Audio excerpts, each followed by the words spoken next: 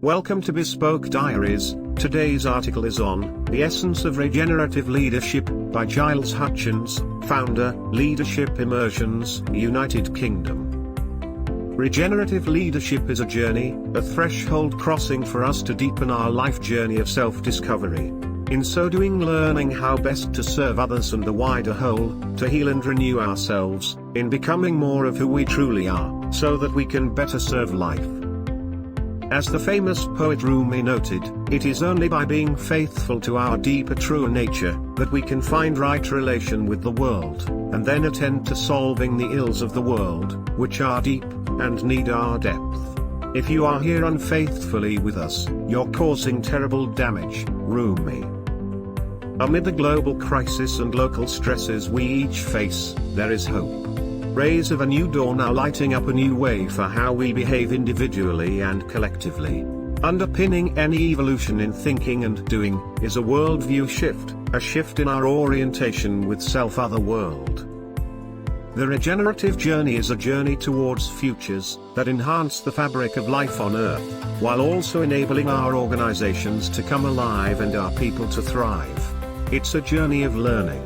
This journey starts with a more intimate relationship with our own sense of self. Who am I? One might ask that question to oneself repeatedly, over and over, during the days and nights ahead, especially over this time of spring unfolding and winter retreating. See what responses come from inside ourselves as we ask this simple question of ourselves. It is not a frivolous inquiry, but an important one that we often overlook in our schooling or further education. So caught up we have become in the outer pursuit of happiness, of ungrounded doing, of exploring new landscapes, new things, yet divorced from who we truly are. Enter today's malaise. The greatest voyage of our lifetimes is not in the seeking of new landscapes but in the seeing with new eyes. Marcel Proust. Who am I? Am I this incessant voice inside the head, providing a running commentary on pretty much everything that happens in my life? Perhaps there is more to me? There is, of course, as I can witness this voice, and even quieten or gain perspective on the voice in the head, even transform it and redirect it, if I so choose. Am I these emotions that rise up when something happens and I feel triggered, whether standing in line in the shop, or taking part on a Zoom call, or receiving an email, or playing with the kids? Perhaps there is more to me? There is, as I can witness these emotions rising and falling away, and even sense into underlying traumas and wounds, and go into these and find release, even transmute my emotions, if I so choose. Am I this body, with its strengths and weaknesses, ailments and aches, and all the somatic sensations and instincts it offers? Perhaps there is more to me, as I can witness this body and sense into its underlying intelligence and aliveness, even enliven and cultivate the flow of energy in my body, if I so choose. Am I a rich concoction of the past experiences I have experienced, and the anticipations and dreams of the future? Perhaps there is more to me, as I have always been there in the mirror, regardless of experience or dream, and I can transform my dreams and even re-enliven my memories if I so choose. And I know that I am not the car I drive or the house I live in, or the collection of material goods or intellectual property I supposedly own. I can transcend all the worldly toys, tools and temptations if I so choose. There is something underneath the outer forms of everyday experience, and also something underneath the inner expressions of mind and body, a deeper sense of self, something that can witness and draw insight from the inner outer worlds we experience. There is a field of consciousness that myself is a part of, and draws from as it journeys through life in this body-mind vessel of I. Consciousness is not limited to my brain or my body. Science now shows us that consciousness pervades not just the entire body-mind but beyond me, in life itself. We can learn to attune our body-mind to better flow with life's consciousness, to become more conscious, more whole, less fragmented, less separate, more interconnected. This is a death-rebirth process, dying of the small ego self, that has a scarcity mindset of separation and competition, that pervades the self-other world dynamic we show up with, and birthing or revealing of a deeper self aka soul. Through this threshold crossing, we can allow the rightful center of ourselves to lead, and the ego to become a useful tool that serves the soul. This is a metamorphosis within us, a death-rebirth process from scarcity into abundance, from imprisonment into emancipation, from control and separation into emergence and interconnection. As springtime emerges from winter, as buds unfold all around us, we can invite in an unfolding within us, if we dare to cross the threshold. The adult developmental psychologist Claire Graves extensively studied adult psychology, and presciently spoke of the times we are in as not merely a transition to a new level of existence, but the start of a new movement in the symphony of human identity.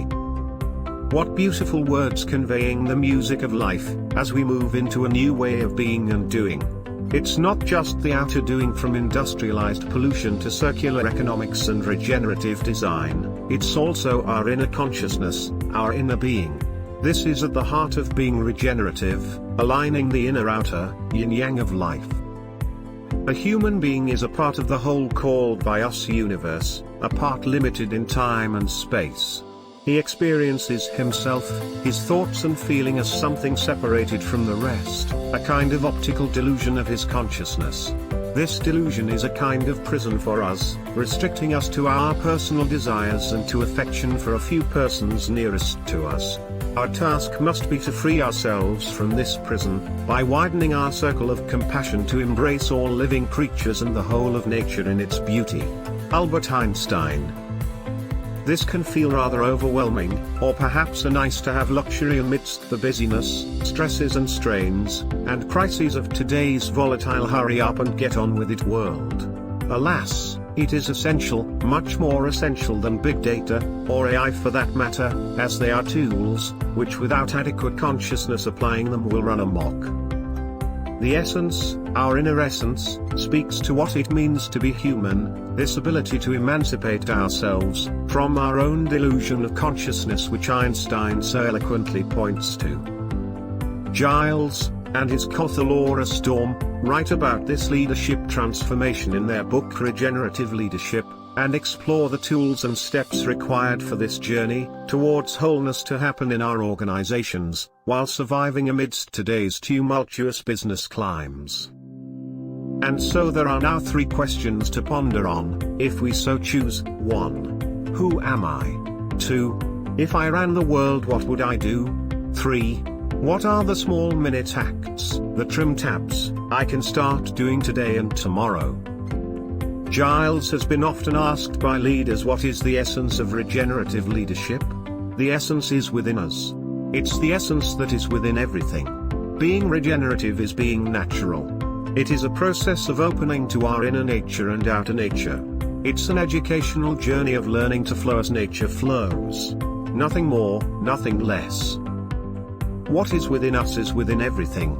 Once we understand this truth, we step outside of the parameters of our individual self and come to realize the power that is within us. This shift in awareness is a very simple step that has profound consequences. Llewellyn Vaughan Lee, Mystic. Are you ready to step into the new symphony of human consciousness? The journey towards wholeness starts right here, right now. Emancipate yourself from mental slavery, none but ourselves can free our minds. Bob Marley. Giles Hutchins is a pioneering practitioner and senior advisor at the forefront of our revolution in organizational and leadership consciousness and developmental approaches that enhance personal, organizational, and systemic agility and vitality. He is author and co-author of several leadership and organizational development papers, and the books The Nature of Business, 2012, The Illusion of Separation, 2014, Future Fit, 2016, and Regenerative Leadership, 2019. Thank you for your time. Don't forget to like, subscribe and share. Do leave your thoughts in the comments section below.